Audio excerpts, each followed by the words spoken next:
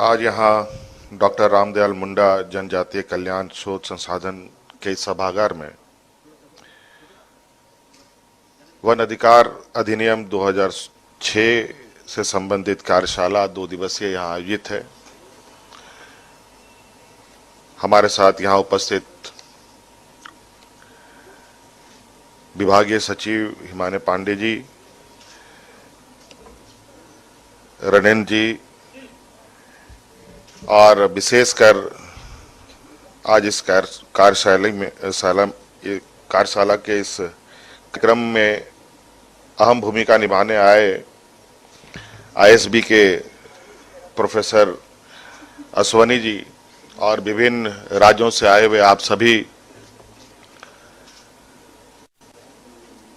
शोधकर्ता, प्रबुद्ध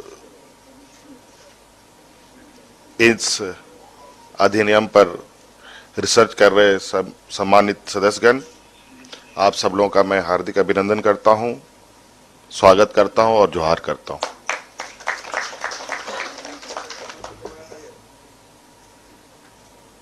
वन अधिकार अधिनियम 2 दिवसीय का ये कार्यक्रम है। बहुत लंबी चौड़ी मुझे लगता है कि आप लोगों की चर्चाएं होंगी। निश्चित रूप से आप लोगों की चर्चा की जो भी सार निकलेंगी मैं उसे भी देखना चाहूंगा। झारखंड प्रदेश आदिवासी बहुल क्षेत्र है। सबसे अधिक राज्य जंगलों से आच्छादित है और यहां लगभग मुझे लगता है सबसे अधिक एक बड़ा वर्ग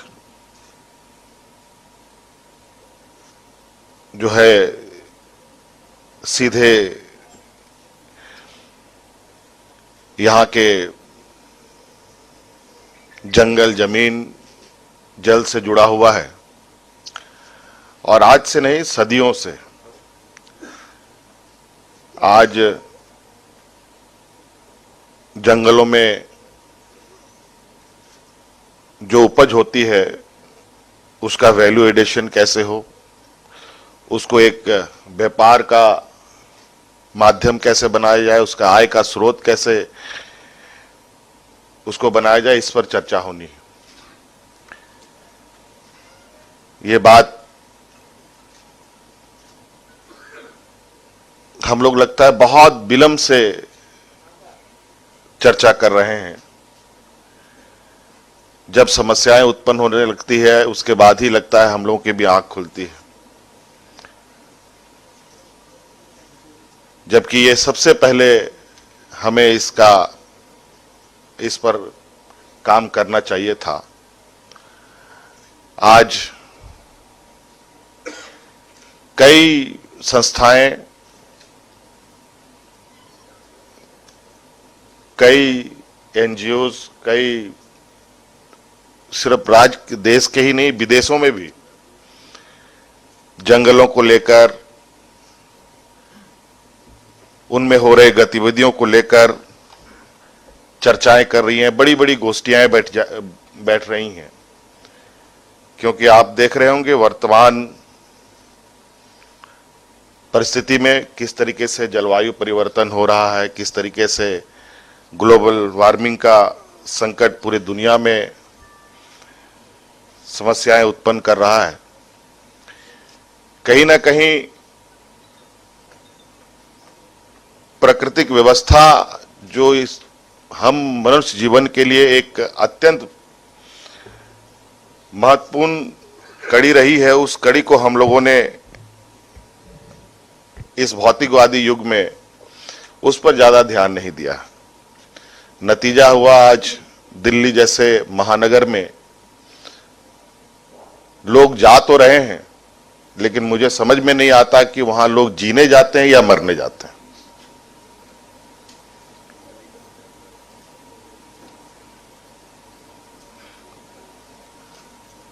और आज थोड़ा सा समय लोगों को मिलता है तो सभी प्राकृतिक सौंदर्य की ओर, जंगलों की ओर रुख करते हैं, लाखों रुपए खर्च करते हैं। ऐसा नहीं है कि हम प्राकृतिक व्यवस्था, प्राकृतिक संसाधनों से हम आगे नहीं बढ़ सकते। आज देश में कई ऐसे राज्य हैं जिनके पास सिर्फ और सिर्फ प्राकृतिक सौंदर्य है और उसके बदौलत आज वो देश के अग्रणी विकासशील राज्यों में से हैं। आप गोवा देख लीजिए, केरल देख लीजिए, मध्य प्रदेश देख लीजिए, क्या उनके पास कोयला है? क्या उनके पास आयरन ओर है? क्या उनके पास किसी तरीके का कोई खनिज संपदा नहीं है? गोवा में थोड़ा बहुत है तो वो भी सुप्रीम कोर्ट ने बंद कर दिया। हमारे पास खनिज संपदा तो है, इसके साथ प्राकृतिक सौंदर्य भी है और इसके अंदर बसने वाले लोग बरसों से अपना जीवन यापन उन्हीं जंगलों के बीच उग रहे जो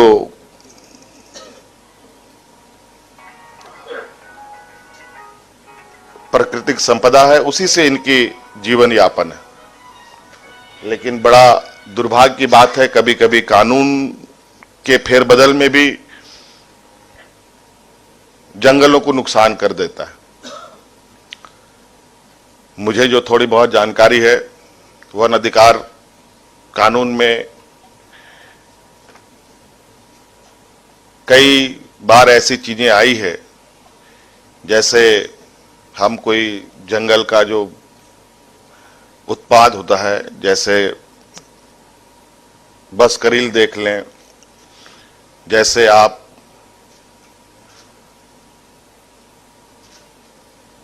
महुआ देख लें, या और भी छोटी बड़ी चीज आंवला देख लें, उनको अगर लोग बेचने जाते हैं गांव में, बाजारों में, तो पुलिस पकड़ लेती है। ऐसा भी कानून था। जब लोगों को पता चला कि महुआ से लोग जेल जाने लगे तो महुआ का पेड़ काट डालो। इस तरीके से धीरे धीरे चीजें, फिर बाद में पता चला कि इसका तो उल्टा इंपैक्ट पड़ा, फिर वो कानून को बंद किया गया, फिर से उसको लोग, आज हम लोग गांव में जैसे मशरूम आजकल जो एयर कंडीशन और जो एक फैब्रिकेटेड तरीके से जो हम लोग पैदा करते हैं, आज उसी मशरूम को आप जाके जो जंगलों से आता है उनकी और जो फैब्रिकेटेड तरीके से बनाया जाता है उन मशरूमों में कितना अंतर आपको मिलेगा। मुझे तो पता चला है कि हमारे देश के प्रधानमंत्री जी भी मशरूम खाते हैं, लेकिन पता नहीं किस देश से मंगाते हैं वो मुझे नहीं मालूम। मुझे कुछ पेपर ऊपर में आया था ऐसा कुछ। उनका भी सेहत का राज बहुत, वो भी ध्यान रखते हैं इस बात का। तो हमें ध्यान रखना चाहिए। ये बात सही है कि आज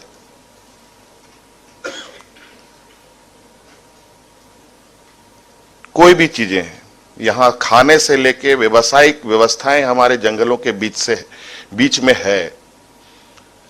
अभी हम भी उस विषय पर काफी चिंतन कर रहे हैं। आज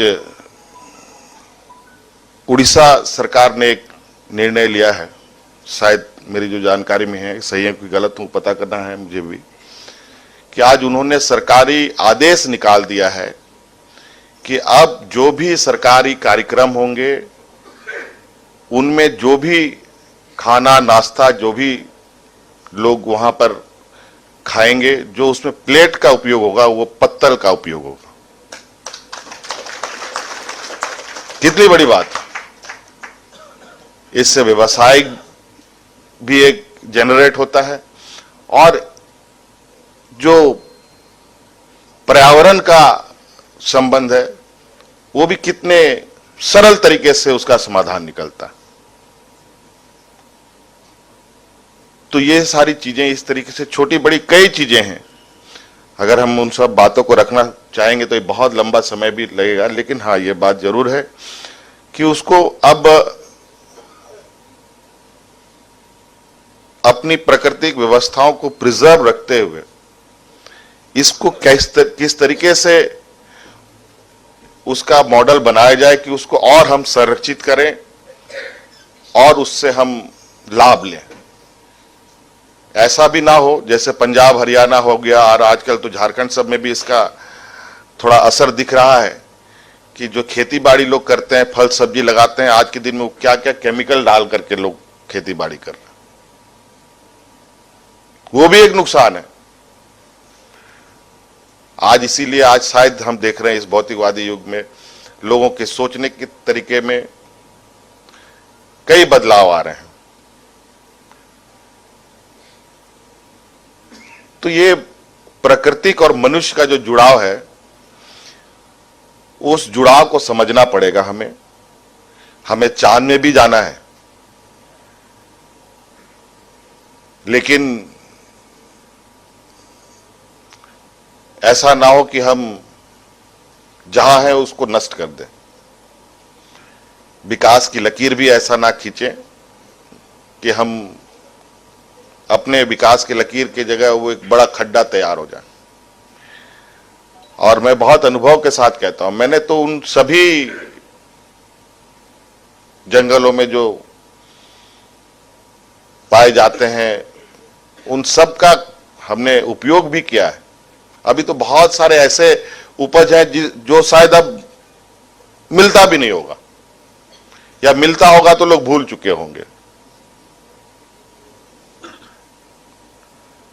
तो ऐसे कई चीजें हैं। और ये हमारे जो लोग हैं और ये जो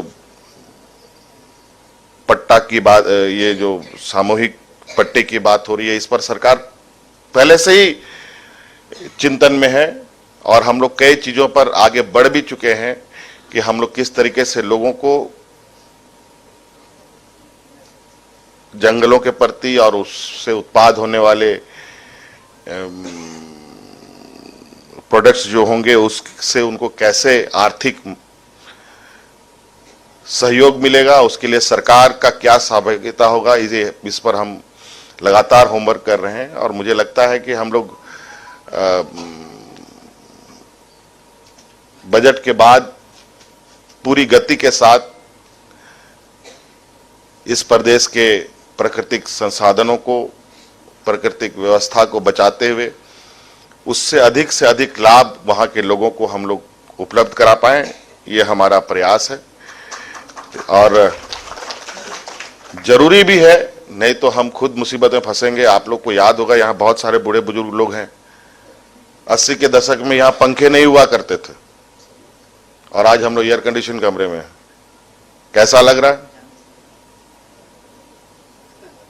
बहुत मैं दिल्ली जाता हूं, अगर मैं महीना भर का अगर अंतराल हुआ तो पता चला कि मैं रास्ते भूल जाऊं, तुरंत सामने कुछ ना कुछ बन जाता है। तो बड़ा विकास का जो पैमाना है पता नहीं किस तरीके से चल रहा है, ये थोड़ा सा सामंजस्य बनाना अत्यंत आवश्यक है। और लेकिन आज कंपटीशन का जमाना है, सब शॉर्टकट रास्ता जाने की तैयारी करते हैं। नतीजा ये हो रहा है कि लोग आज, हम लोग इस राज्य में हड़िया को लगभग कोई ऐसा लोग नहीं है जो नहीं जानता होगा। हड़िया जानते हैं, और हड़िया बनाने का तरीका जो नेचुरल से तरीका है वो बिल्कुल अलग है, और अभी जो बन रहा है वो बिल्कुल अलग है। अभी व्यवसायिक तरीके से बन रहा है जो मनुष्य के लिए, किसी भी इंसान के लिए बहुत ही हानिकारक है। और नतीजा आज इसका असर गांव में दिख रहा है।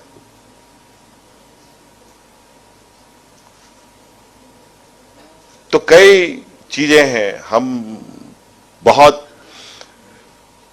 ऊपर से नहीं, हम जड़ में काम करना चाहते हैं, जिसका पूरा मतलब जड़ से अगर हम लोग चीजों को ट्रीटमेंट करें, बीमारी का सही बीमारी पता चले तब तो सही दवा दी जा सकती है। नहीं तो पता चला कि सब ऊपर खाना कागज कलम चल रहा है, पैसे खर्च हो रहे हैं, सिलेंडर हो रहे हैं।